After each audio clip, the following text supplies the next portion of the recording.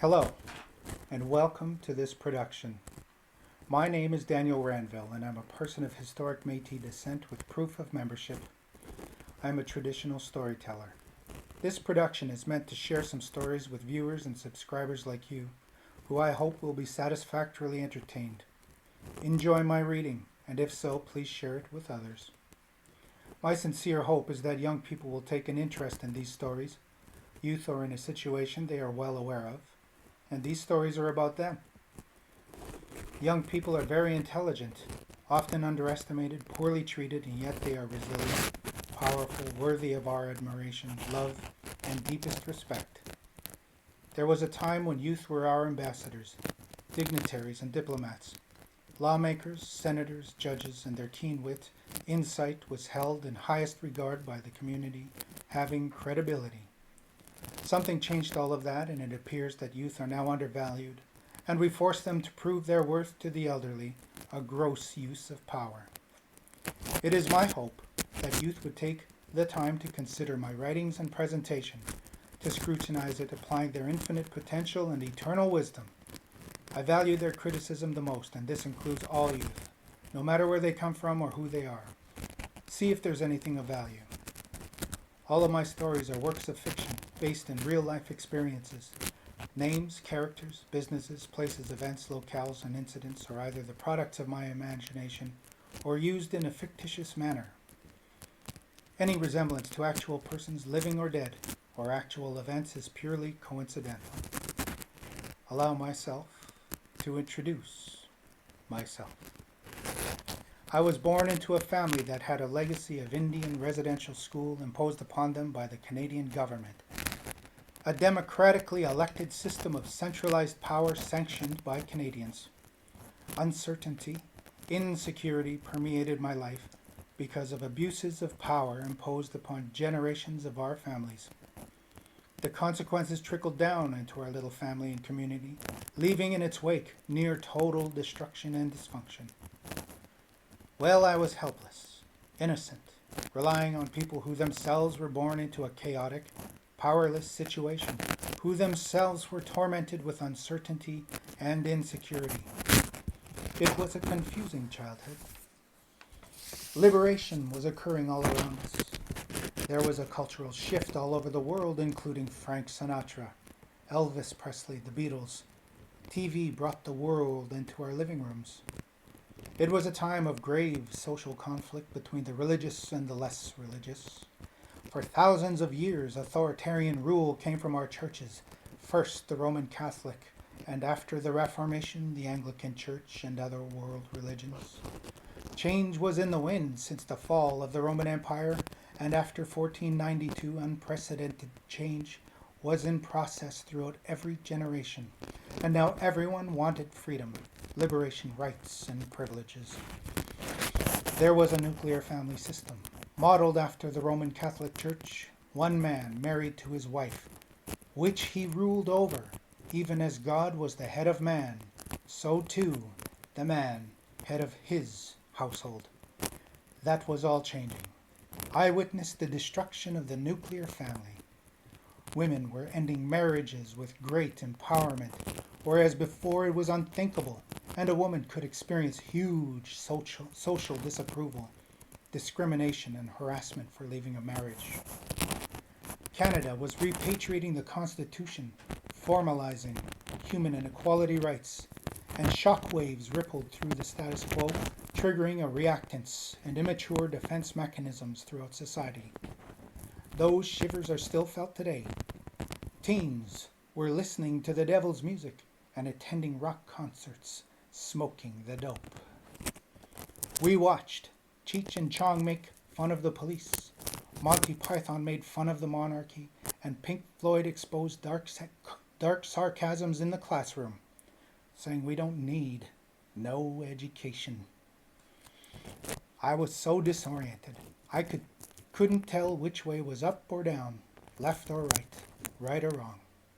Everything was both forbidden and allowed. You could expect a good beating if you were caught with a cachet of pornography. Many hid their records in magazines from religious zealots.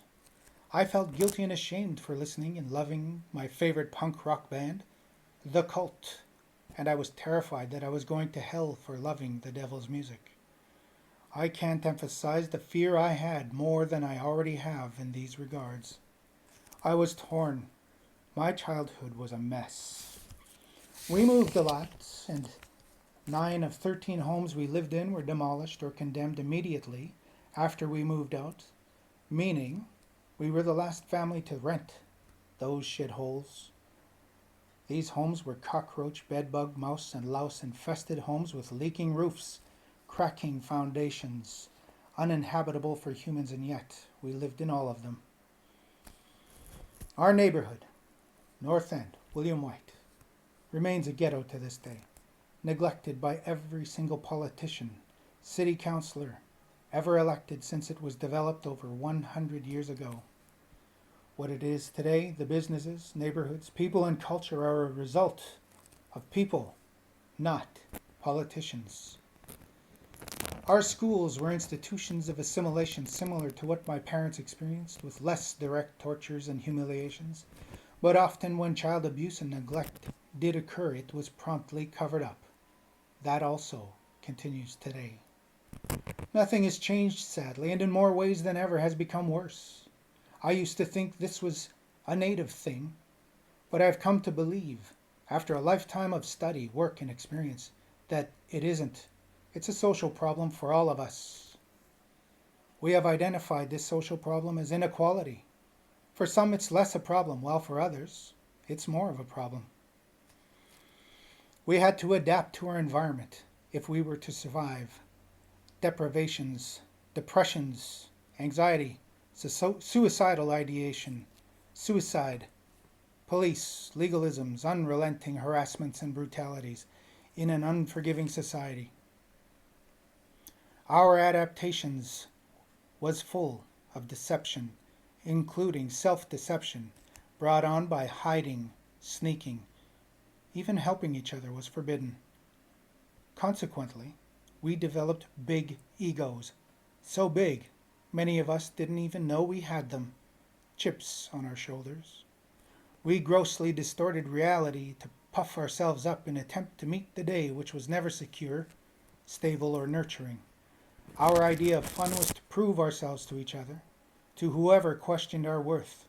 We were always eager to prove ourselves. It was impossible to prove ourselves to the white man, the teacher, the principal, the cop, the judge. To many of them, we were worthless. It was always strange to witness teachers and others acting like they were preachers on the one hand, and yet many of us could see their hypocrisy, favoritism, inequality, harassment, and discrimination. Some kids could see through all of that better than others, and still others did their very best to defend many of these hypocrites. I was one of them. I didn't want to acknowledge unfairness as I tried to fit in. I defended them like they were gods worthy of praise and worship. How I wanted to be like them. This was the madness and chaos we were all born into, my friends and I. It was a labyrinth of mind traps, manipulations, and deceptions which we had to navigate. We lived within mental anguish and torment as authority figures gaslight the way for us. Such was the way in which we were all born into and developed among each other. But we played kick the can, soccer, hockey, and I trained in taekwondo, kickboxing, and boxing. The air was fresh and clean, less traffic. The summers were hot, and the skies were blue. Winter was festive, spring ever refreshing. And for those of us with our crushes, how we cherished their sun-kissed skin, and in secret suffering, such beauty and loveliness never escaped our hearts and minds, especially when forbidden. I found myself at the University of Manitoba, where enlightenment occurs. I learned new things despite that my education in my early years left me dyslexic and profoundly dysfunctional, unable to write a sentence. There I met the minimum requirements to attend as a mature student. There was just enough supports for me to thrive, where I became the co-president of the University of Manitoba Aboriginal Students Association, working with a wonderful and energetic peer group. This was the pinnacle of my life, the greatest and most best time, and I couldn't imagine a better future while in an institution of higher learning. It seemed like everything was possible. It is this experience that I have been able to present myself to you and these stories. I didn't finish because of a motor vehicle accident that left me with a severe and debilitating brain injury, including memory loss, which took years to recover. Meanwhile, I was still able to attend 2 more years as a student with a disability. As an Aboriginal student, I was encouraged, nurtured, tutored by people from all over the world in a way I'd never experienced in all of my life. I remember my introduction to micro and macroeconomics professor taking time to help me understand supply and demand, models, graphs and curves, historical contributors to economics and their philosophies. They welcomed me in their study groups preparing for major exams, and they accepted my inputs as we discussed topics of rectitude and high-mindedness. I discovered that our most cherished institutions, healthcare, social services, justice, housing, transportation, employment, education and training, are all systems of oppression and assimilation. It wasn't a native thing. It still isn't a native thing. It's a social problem that all of us were born into. And if we want to find a remedy, it will take all of us to recognize the problem for what it is, a social problem. It doesn't matter how much human and equality rights are enshrined in our Constitution.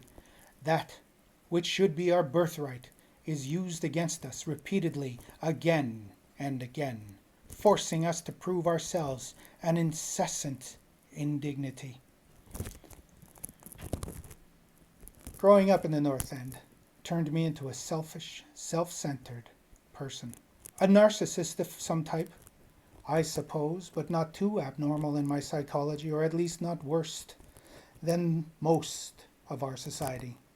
Perhaps a bit antisocial. I just didn't know that I had a problem. Like everyone around us believes they don't have a problem. I was gangsta. Anyone who knows me knows I was there when the Manitoba Warriors formed. They know about the lifestyle I lived and the environment I grew up, and there is no denying the kind of person I became. I am XOG, the original gangsta. I am no saint. My life is full of regrets. I wish I could blame them. I wish I could blame someone for that. But everyone in my life was no different than me in that through no fault of their own, they were born into the same world that I was.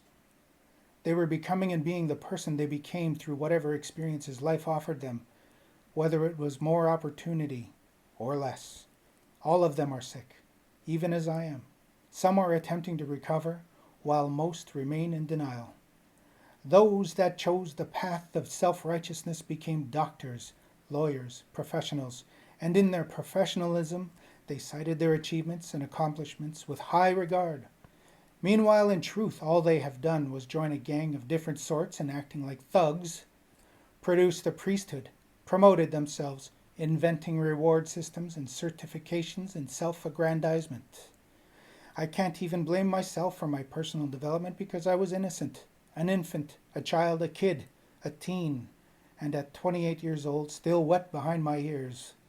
I was angry, but I got angrier during my enlightenment. Without treatment, I was dangerous to myself and the society I lived. I have witnessed loved ones suffer and perish along the way, even as we all witnessed the #MeToo and #TimesUp and the Black Lives That Matter movements. We continue to live in a time of change, and soon I will be a half a century. Because of what the University of Manitoba offered me, my life changed from certain doom and calamity to less certain doom and calamity. But I have a better chance. We all do. I would dearly love to return, and I strongly encourage everyone to consider returning to school, even as a mature student. My education and experience qualified me to reach the highest levels society offers, and I have successfully reached nearly every goal that I set for myself. There was a time when I used to think I have something to prove. I understand now. I don't have anything worth proving to anyone. I hope to be around for another 75 years, and in that time, I hope that I finally get a chance to meet my true self, and I hope you do too. I thought I should tell you about myself as honestly and with great humility as I can muster before we proceed. Thank you for your time and your consideration. Please like, share, and subscribe.